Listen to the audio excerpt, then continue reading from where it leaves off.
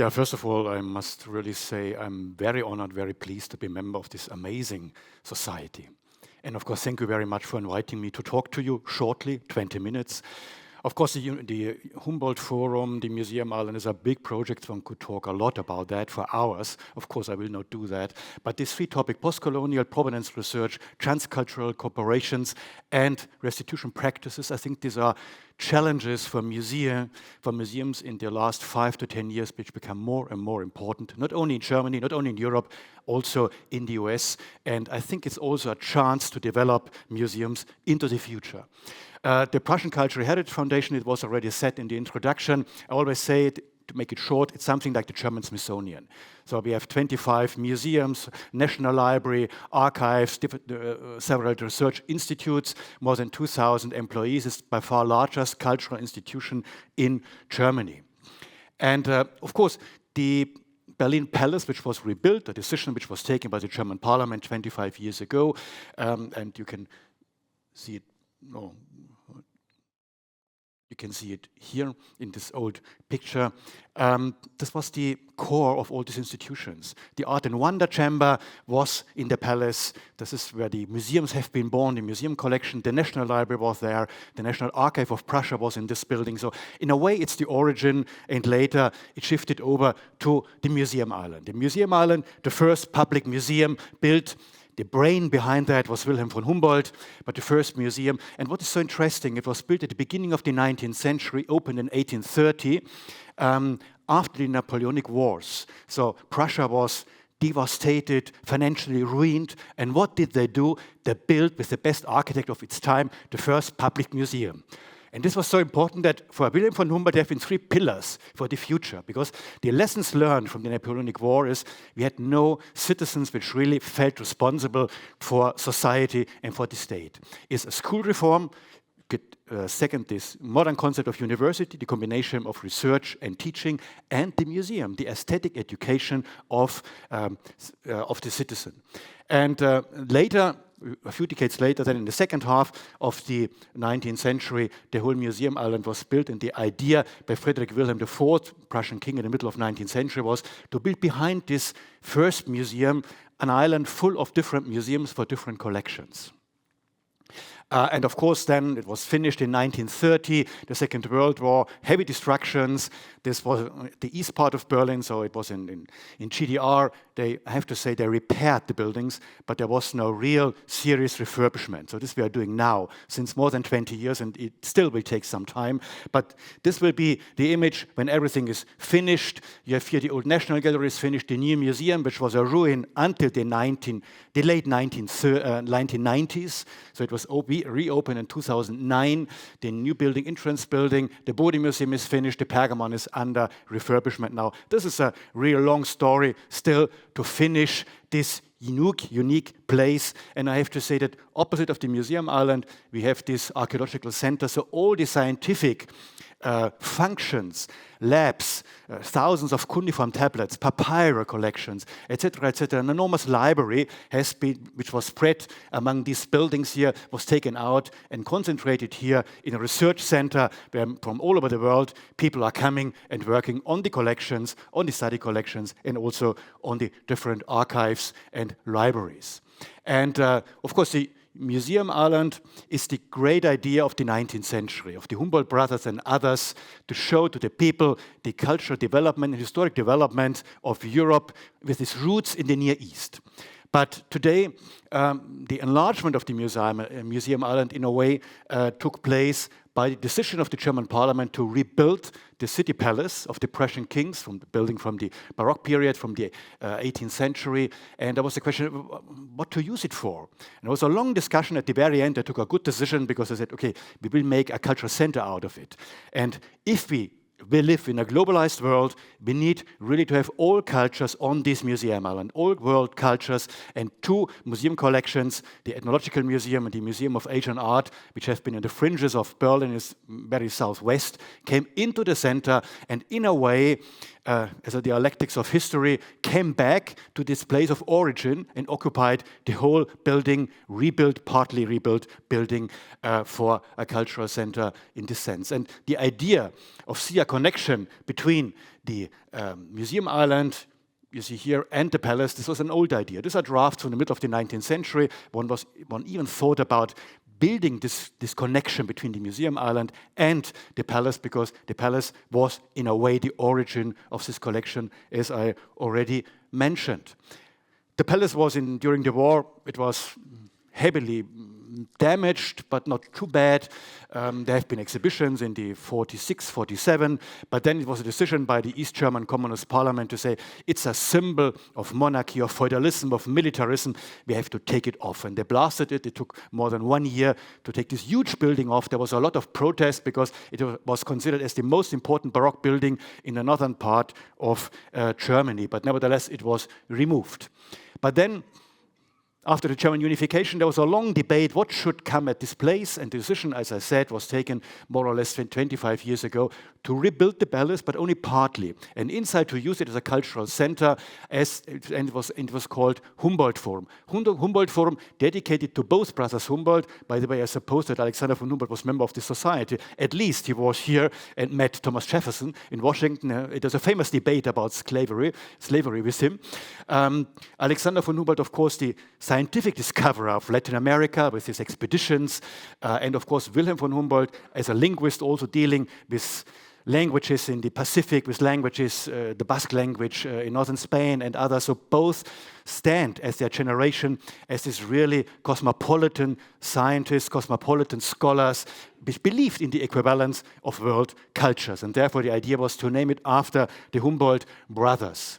And of course, the collections of two huge museums, the Ethnological Museum, which is one of the largest worldwide, and the Museum of Asian Art, both together more than 600,000 objects, which are presented in the Humboldt Forum in this building. And of course, the origin of this collection has strong connections with scientific expeditions. You see here the first pieces by Georg Foster. Georg Foster in the late 18th century traveled with James Cook. He brought the first pieces to the Pacific collection in the Berlin museums. Alexander von Humboldt brought the first pieces from Latin America, from Mexico, from Aztecs. Then von Hofmannsthal traveling in the Amazonas region, Schlagentweit, in Mongolia, in Tibet. So scientific expedition, traveling worldwide and collecting material culture from these parts of the world.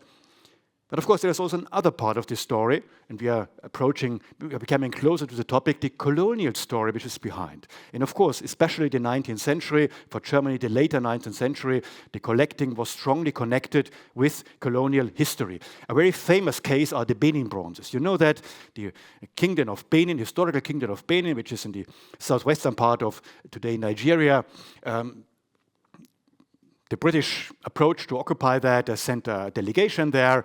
The king of Benin did not want to sign the contract because this would mean to give up independence. So simply he killed the delegation. And this was the reason for the British to make a huge military expedition in 1897 to conquer the kingdom of Benin, to destroy Benin City completely, and to loot the palace area. And tens of thousands of objects, bronzes, have been taken to Britain. They are filling British museums, but then from London, on the market, it was sold to museums all over the world. The Smithsonian has, the Metropolitan has, and the Berlin Museum, of course, acquired a lot. We have the largest collection after the British Museum. But the context is clear. It is connected to looting. It was taken by force. And of course, we approached this idea to say, well, how we can get to a solution?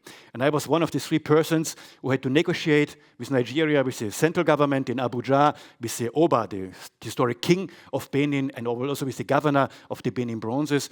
And it was very quick. We understood and got to a solution because we said, okay, it was looted, it was taken by force, this was illegal, so it should be given back.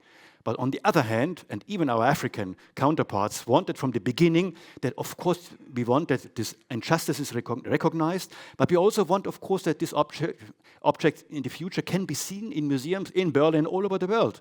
And the deal was we transfer the property to Nigeria, to the National Commission of Museum and Monuments, and we keep a third of the objects as loans, of long-term loans. For a museum, it's not necessary to have objects as a property, to possess them, if they have been acquired illegally. But we want to show, and of course for our African partners, this was also very important, because they are proud. When the first Benin bronzes came to Berlin at the beginning of the 20th century, the art historians have been flashed. They never thought that this unhistoric continent, Africa, was capable to produce such a quality of art. And the artists compared it to Renaissance sculptures and so on. And of course, it's not only art. This is their telling of history, because these images of these sculptures, they knew perfectly who was represented. It was a kind of telling in the palace story, history. And this is the important thing of it, and I think this solution was very well. Another case, Namibia. Namibia, German colony, you know about the genocide, Isihirero and Nama, and working together with the people from Namibia, they worked in our collection. We have 11,000 objects from Namibia. The lady from the museum director in Windhoek, she said, well, we have 7,000. We do not want objects from you. We just double what we already have. But there are 23 objects which are very important for us, because they are from the period before it became German colony. So it was from the 1860s, 1870s, and they are very important to see how step by step the traditional clothing changed into a more European influence. There are small dollies near missionary stations and so on, and these pieces we gave them back, because they said, if you give these pieces back, you give us back history, because we have nothing from this early period. And I think these are good reasons, really, to give it back. And now in Otjiwarongo, is north of Windhoek, they created with these 23 objects a museum, Namibian fashion museum. And there are designers and others working and taking these elements, these objects as sources of inspiration for their own creations. Tanzania was another German colony. There was the Maji Maji War, a similar genocide. Up to 200,000, 300,000 people died in this fighting. And we have now recently opened in the Humboldt Forum this exhibition, but together with curators from the University of Dar es Salaam and the National Museum of Dar es Salaam. So they are telling, together with us, this story in 3 languages, in English, in Swahili, and in German. And of course, these objects, we already have transferred property, because it's another completely clear illegal case.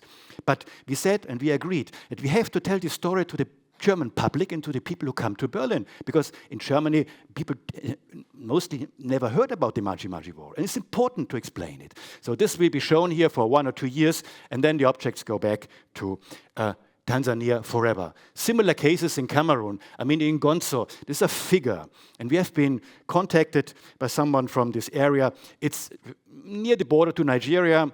Cameroon was before a German colony. Cameroon is now French-speaking. After the First World War, it became French. But near the border to Nigeria, there are communities which are English-speaking, and they are a little bit marginalized. And they say, well, we need this figure for our identity and so on. And then we decide, okay, we give it back. After a long process of discussion, this is always important. Speak with each other, not only just ask, give things back.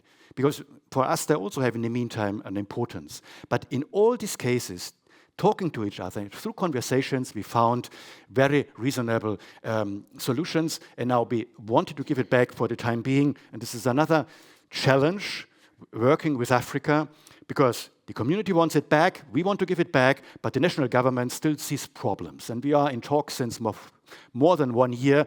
Of course, we can't give it back without the consent of the Cameroon government. So they founded now a commission and a lot of talking. I think for them it's also a new challenge. It's not only for us a challenge that we give back these collections with colonial context, also for our partners in Africa. And we have no right to give them pressure. They also need time to prepare themselves for such restitutions and returns. In Angola, what was easy, there are no restitution questions, but a German scholar in the early 20th century who worked there collected parallel for the Berlin Museum as well for the Luanda Museum. So he collected twice and left one part of it in Luanda. And of course, now it's very interesting to work with our colleagues in Luanda. What did he select? And so on, all these questions. But it's not only a question of Africa. I mean, Asia, Central Asia, the Turfan expedition, beginning of the 20th century, these Buddhist caves, and parts of these paintings have been cut out from the caves and brought to Berlin.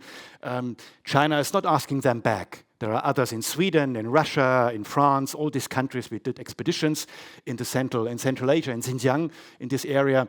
But we do, together with the Chinese colleagues, a complete digitization of all the paintings, of all the documents, and bring it together. I think this is important in a future-oriented approach. And also the Wangshu Gallery.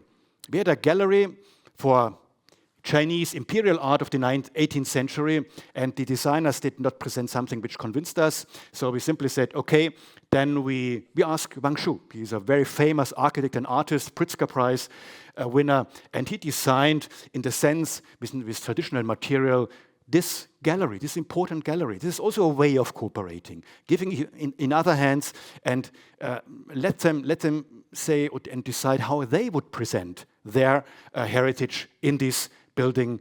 And the Boxer War, you know about that, 1901, 8, let's say, Western or global North countries, Germany, of course, the US, Japan, Russia, Austro-Hungary, made an expedition and destroyed.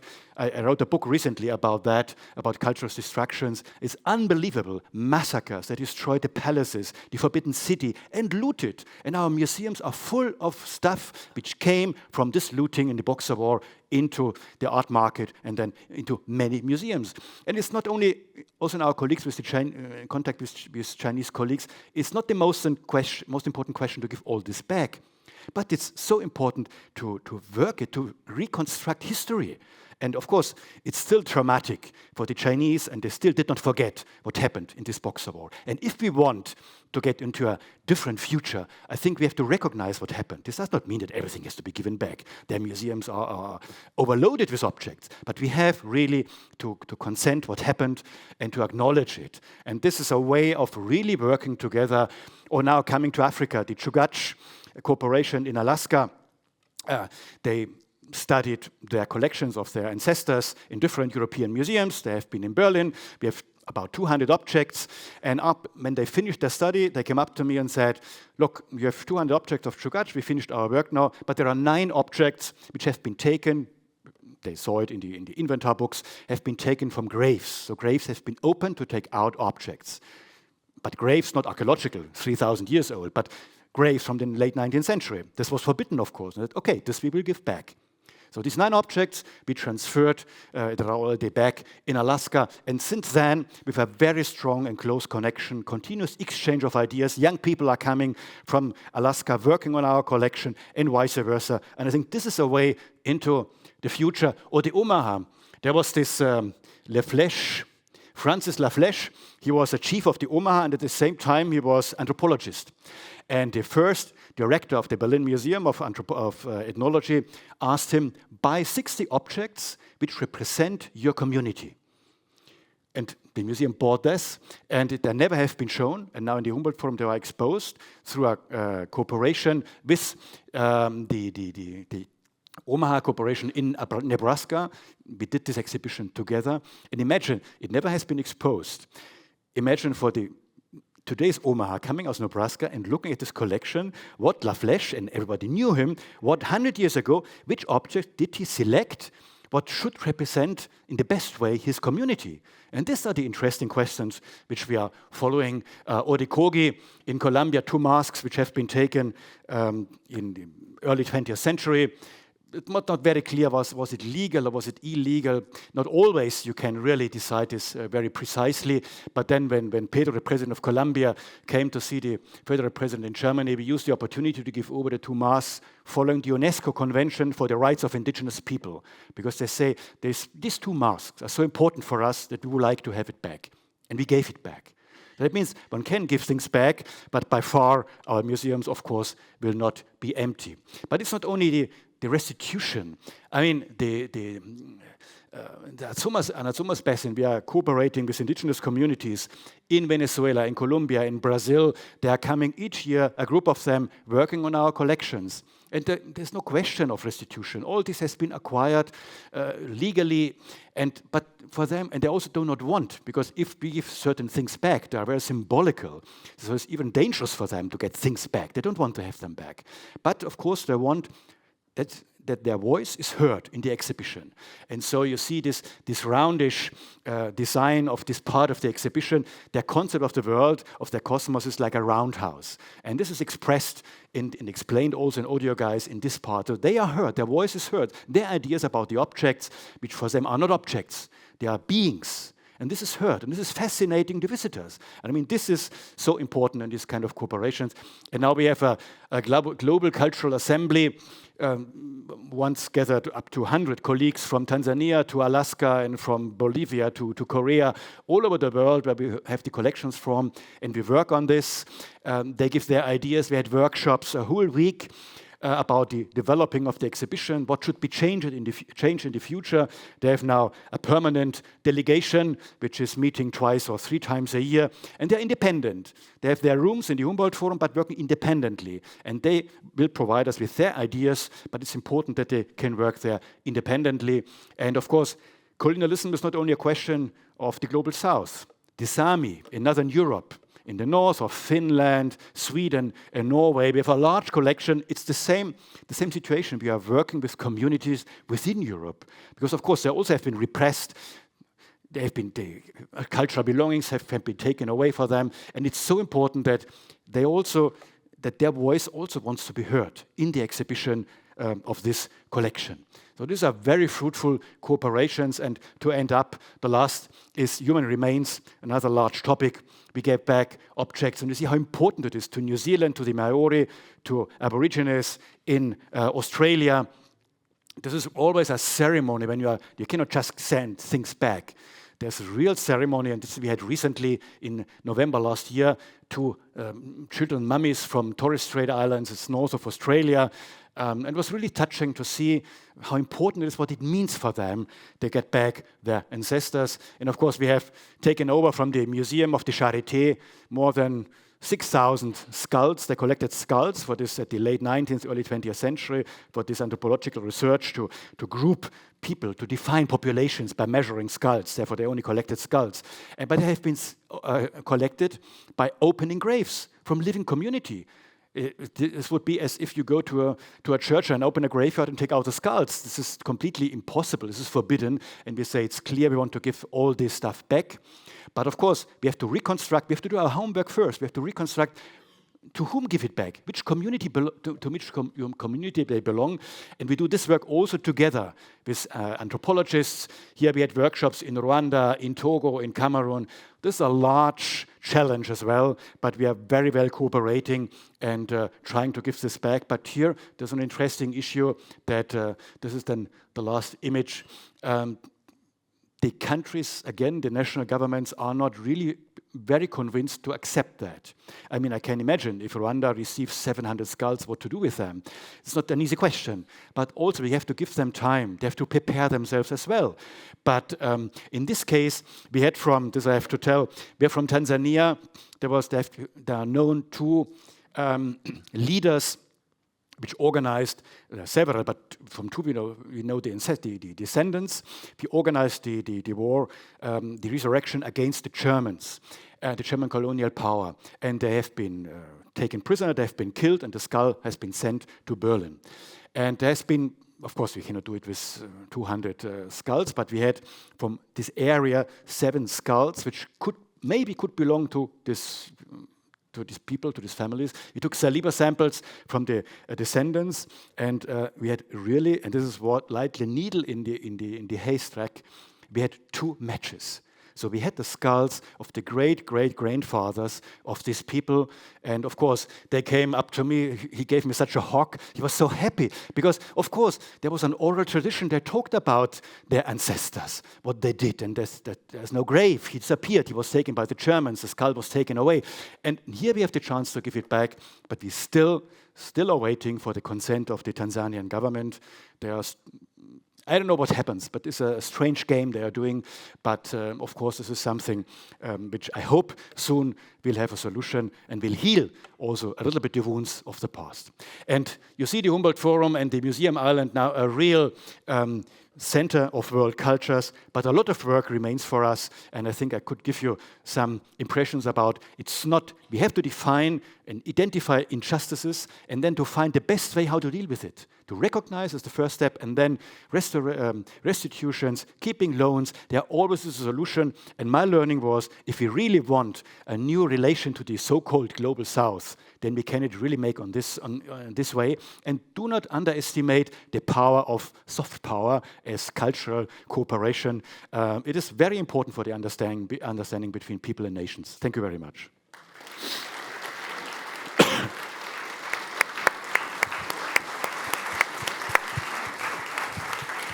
Fantastic. Fantastic. We will take questions in 20 seconds, but I'm going to take the chair's prerogative to ask the first question, because having been a museum curator involved in repatriation issues and discussions, I know how lengthy and difficult they can be and how important they are. And you've given these examples of these incredibly painstaking, lengthy discussions that you've had with communities all over the world.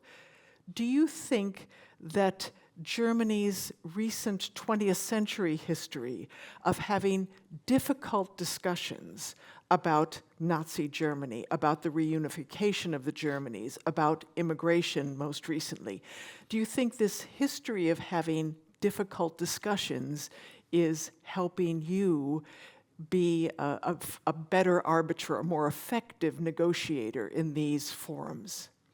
Of course, I fully agree. This experience, and I mean, to deal with our difficult history, the Second World War, the Holocaust, and so on, also took some time until it came into being. Until we did the first Nazi-looted art and so on was a topic which started 25 years ago, really. But the end of the Second World War goes back 80 years. So, of course, this experience, I think, helped us because it was clear there are injustices we have to face, we have to acknowledge, and then we have to react. We cannot just say, okay, it's like that, but what to do? No, we have to react. And this, as it was clear that we learned this message from the Nazi-looted art and the dealing with it, helped us in this topic as well. And the other point was that the Germans always thought, well, the colonial power, this is a question of the British, the French, the Spanish. For a few years we had something.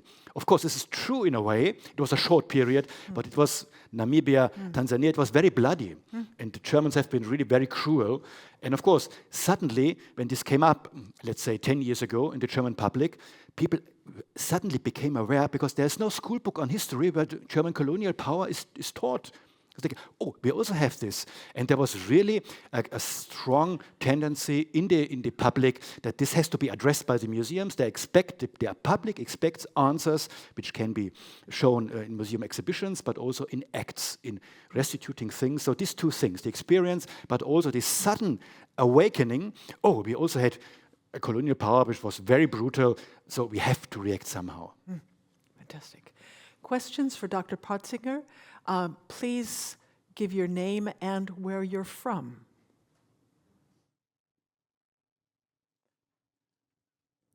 Rich, and then in the front.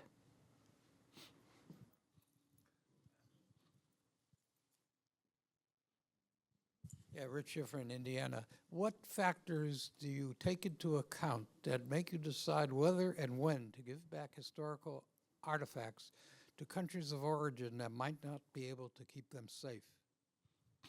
Yeah, this is always a point which is, of course, is important.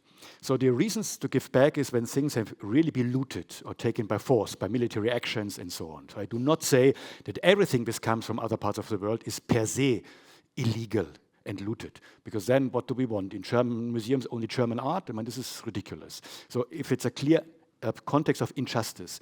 Or the single pieces, even if the context is legal, when they are so important for the identity of indigenous people. In these cases, we are giving this back. Of course, giving things back, always the great argument against is they do not have the museums. They do not have places where they are preserved in a proper way. So this cannot be the argument for us to refuse a restitution. Then we try to help them. Now in Benin City, they are building a museum. And of course, we are training museum curators, we are training restaurators, which then will keep this collection. They're still in Berlin. The property has been transferred, but later they will go. When the museum is finished, and they want it like that. This was not we didn't insist on that. They wanted it to do it that way. And I think this is a good way to work together. And by the way, it's not only that we are teaching the world. The education program for the 2 Benin galleries in the Humboldt Forum has been developed by 2 scholars, young scholars from Benin City. So we are learning from each other. And this is very important. Last question. Hi, Valerie from Philadelphia. I was interested in the Namibian example with the textiles, and we all know textiles are notoriously fragile and difficult to curate over time. But I wondered, you mentioned the impact of colonialism in the change of designs. Did it also affect the change of the substance? So were they using natural fibers before in the earlier design and then they changed, or did they start growing different things? I just wondered, like, did the art itself or the textiles themselves become of a different substance because of colonialism? Yes, 2. It's not only the style, it's also the materials they are made of. And the interesting thing is, we have clearly original or indigenous pieces of dressing, headdress with leather and other things made. And then therefore these small dollies from missionary stations are so important because there are several ones and we even know the girls who made them. The names are known. Namibian girls, Herero and Namane girls, how they really gradually get more and more European dressing. And then the end of the story is, of course, is, you may notice these Herero ladies with these huge hats and these huge skirts, which are looking rather European, the influence. But this wave, gradually from the beginning, very traditional, to this more and more European, I think this can so well followed in these 23 pieces, and there are really the earliest material objects we do have which are existing worldwide, because what is older, there's nothing left. And the good thing, of course, also coming back to the last question, is these kind of museums, even it was illegally collected, at least it was collected. Now, if you know it's illegal, we can give it back. We can give back history. This is so important. Otherwise, this object would not have existed anymore. This was often the reason not to give back, not to do restitution, because we took all the costs of preserving this collection. No, this we don't say. We have to give it back, as I said, if illegally. But at least we can give it back. This is also something which is very, very important in the recognition of the work of these museums. Thank you.